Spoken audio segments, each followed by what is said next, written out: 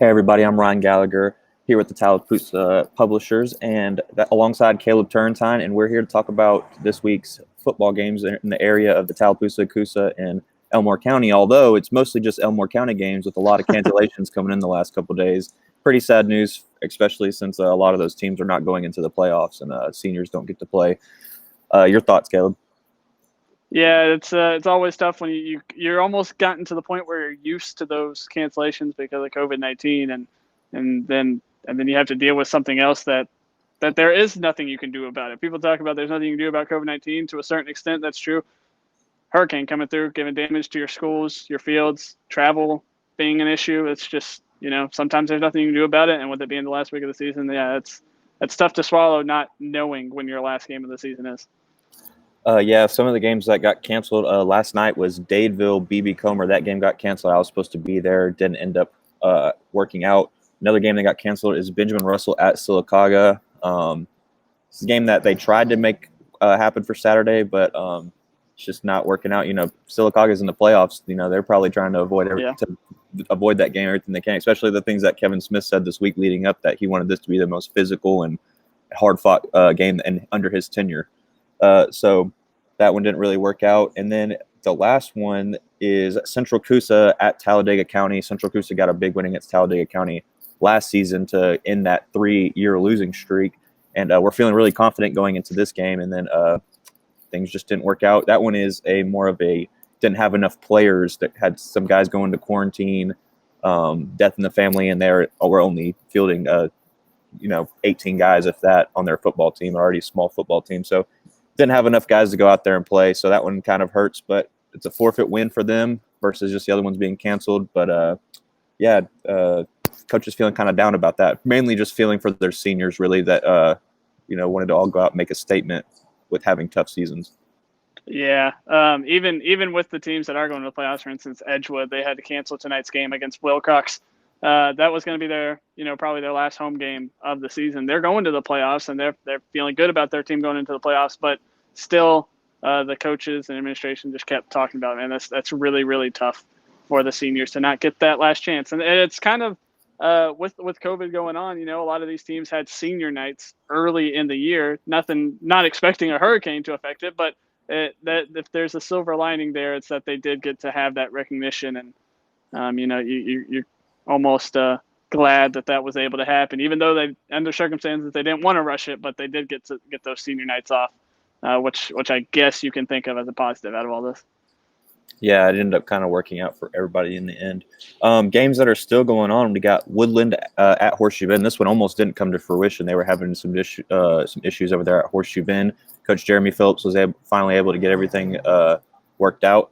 And, that's another thing that kind of hurts with these cancellations of games is, the loss of revenue for these schools, especially some of these lower classification schools like the 2A ones that really kind of, thrive off that kind of stuff. Especially the 6A ones bring in tons of even more money, but they don't, need it as much as necessarily as those 2A schools do. But yeah, Horseshoe Bend's playing tonight against a pretty good 1A Woodland team. They're 6-3 coming into the game. They like to run a little bit of option themselves, kind of like how Horseshoe Bend likes to run the ball hard. That's more so out of the wishbone, though. They don't really ask their quarterback, Cole Johnson, to run. But still, I expect it to be a quick football game, where it's still probably a wet football game, a wet field probably. And it should be an exciting one. It should have kind of shades of that BB Comer game a few weeks ago for them. Yeah, I think that's probably their ideal situation, is to make it look like that. Because obviously BB Comer is a better team than this Woodland team. So if they can play in that competitive way and keep the game in their style, even on both sides of the ball, you have to feel pretty good about a Horseshoe Bend team that is really trying to finish strong and on a positive note with the competitive season. But like you said multiple times, they're just trying to find ways to win, and I think this is a good chance for them. Yeah, just staying. I know the game's going to be close. If Horseshoe Bend is losing, I know the game's going to be close. So I know that much for a fact. But if they win, you never know how much it's going to be by.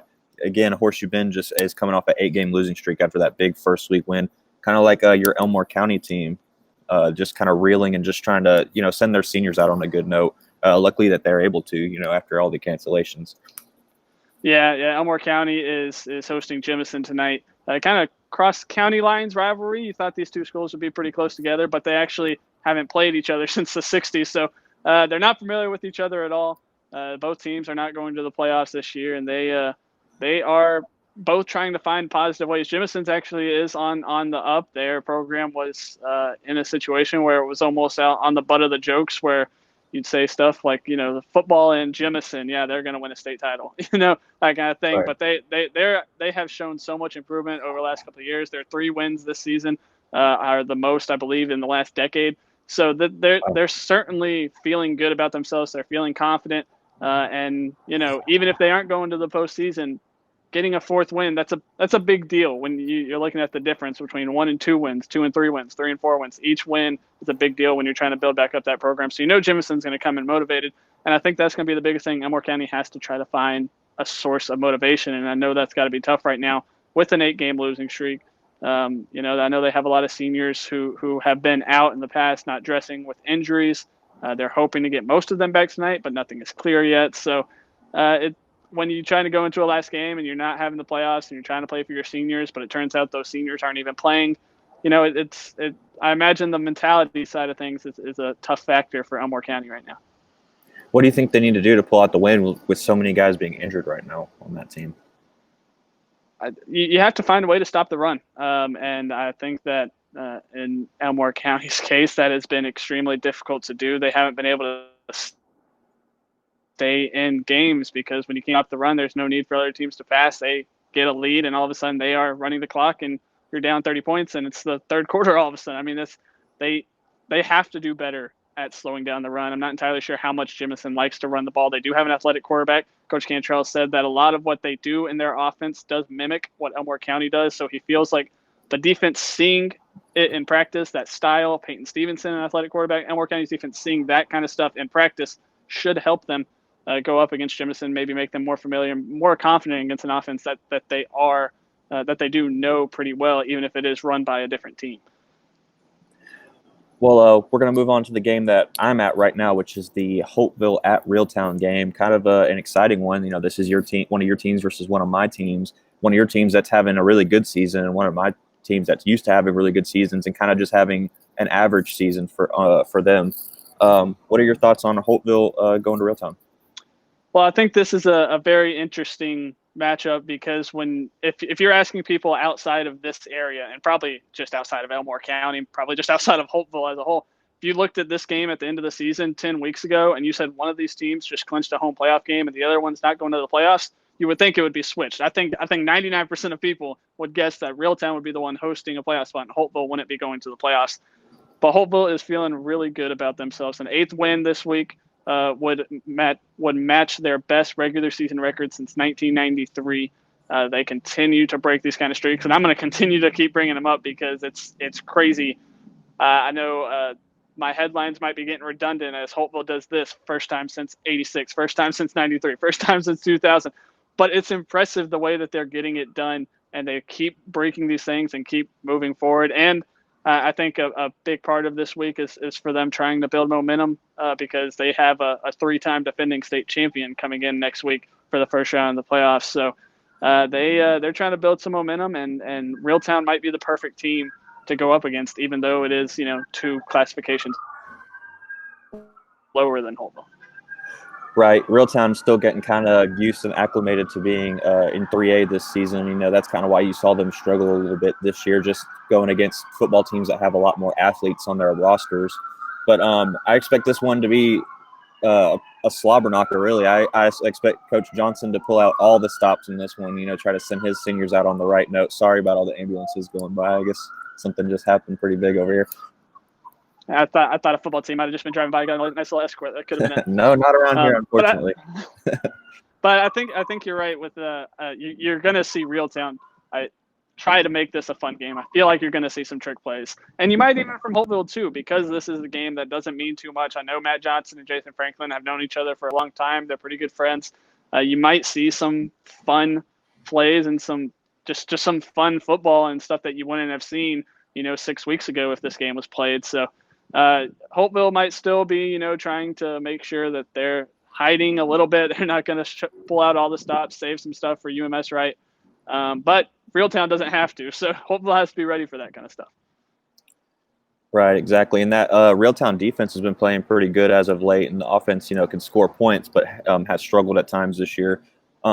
Just need to play more complementary going into this game. But yeah, they've got nothing to lose. I expect them to just come out and play hard. It's going to be an emotional night for this Reeltown team. They're going to be on another level emotionally than Holtville will be. My question is just really, when is Holtville kind of pull out the starters and kind of just start to prepare for next week?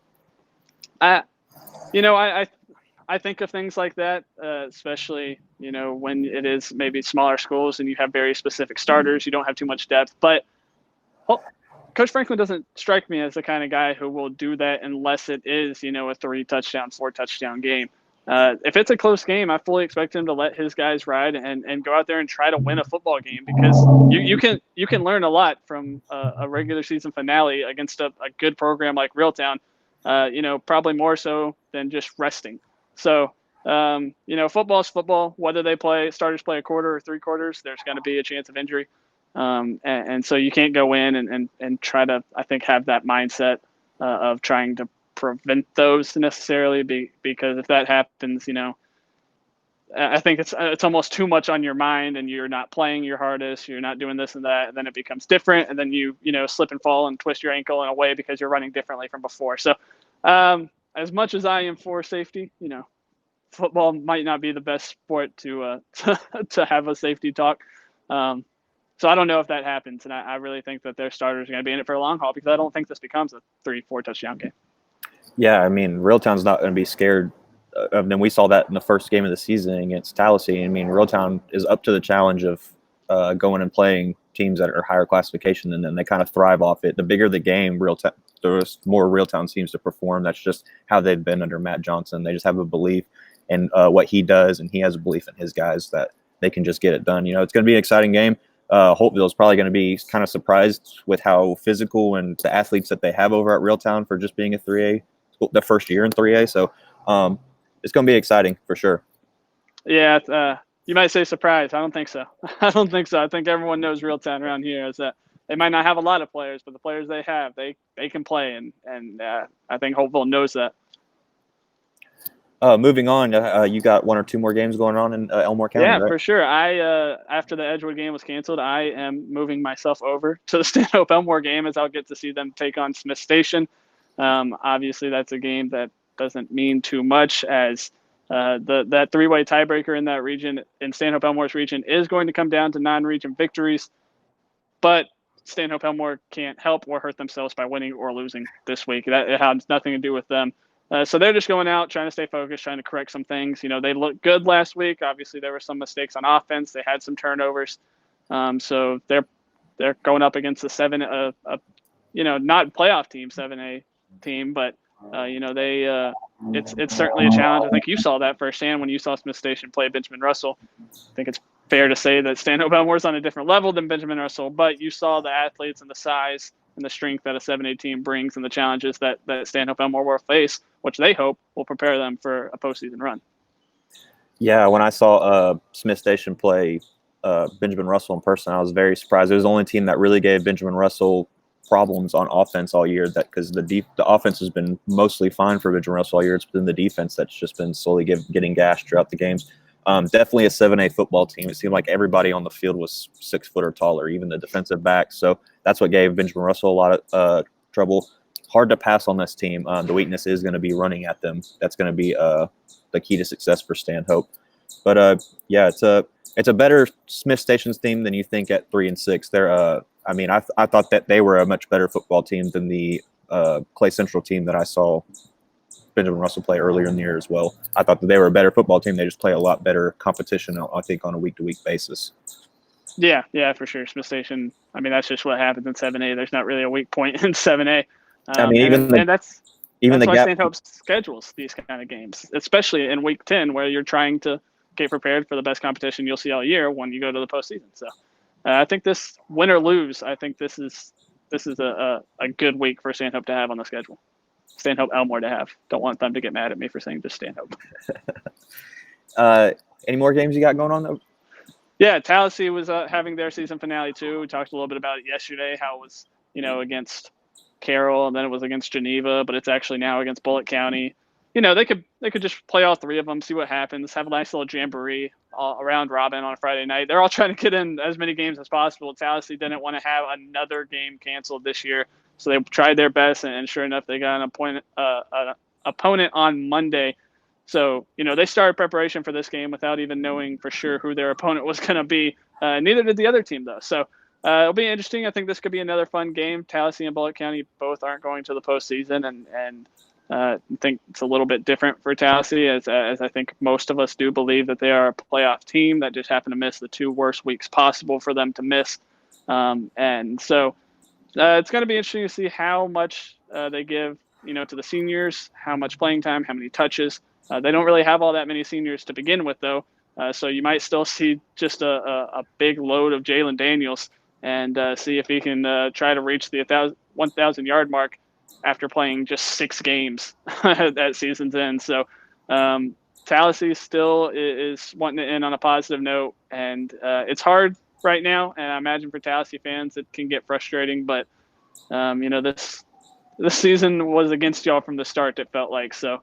They're just trying to end on a positive note and look forward to next season. I guess that's all you can do. Yeah, we saw them play Reeltown the first game of the season. They played well in that game and then kind of struggled the next couple games. But then as they started to get their footing and started to look like a really good football team, they got hit with COVID and had to, miss a few games, and it just kind of derailed their whole momentum and everything that was going on with them. Yeah, I think that's those first couple of games are what they want back, not just because of losing, but they have established a different identity since then and finding different playmakers and different ways to play. So they're wanting to show off what they can be, and I know that's what everyone wants to say. They want to have your best game at the last game of the season, but that is certainly a silver lining if they can go out and play their best game of the year, even finishing the year 3-7 without playoffs again. I think that can be something that they can hold on to. Any final thoughts before we wrap up the show? Helena UMS Wright is the biggest game in Elmore County tonight. It's not even in Elmore County. Obviously, Wetumpka and Stanhope Elmore fans will be paying attention closely to that game as it determines seeding.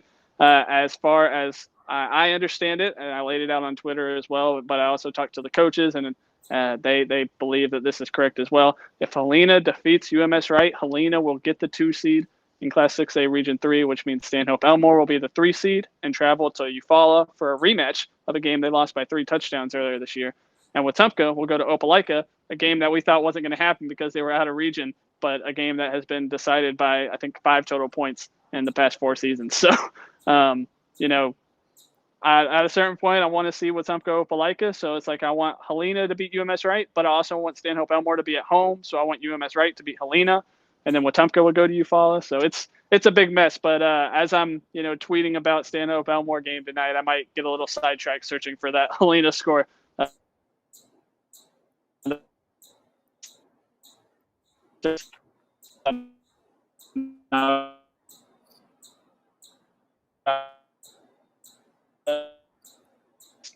Looks like we lost Caleb. That's going to do it for us. Sorry about the condensed show. We didn't have more to talk about. Be sure to tune in next week for more Inside the Lines Live as we cover the teams that are going to be advancing to the playoffs. On behalf of the Tallapoosa Publishers, I'm Ryne Gallacher, alongside Caleb Turrentine. You guys have a blessed weekend.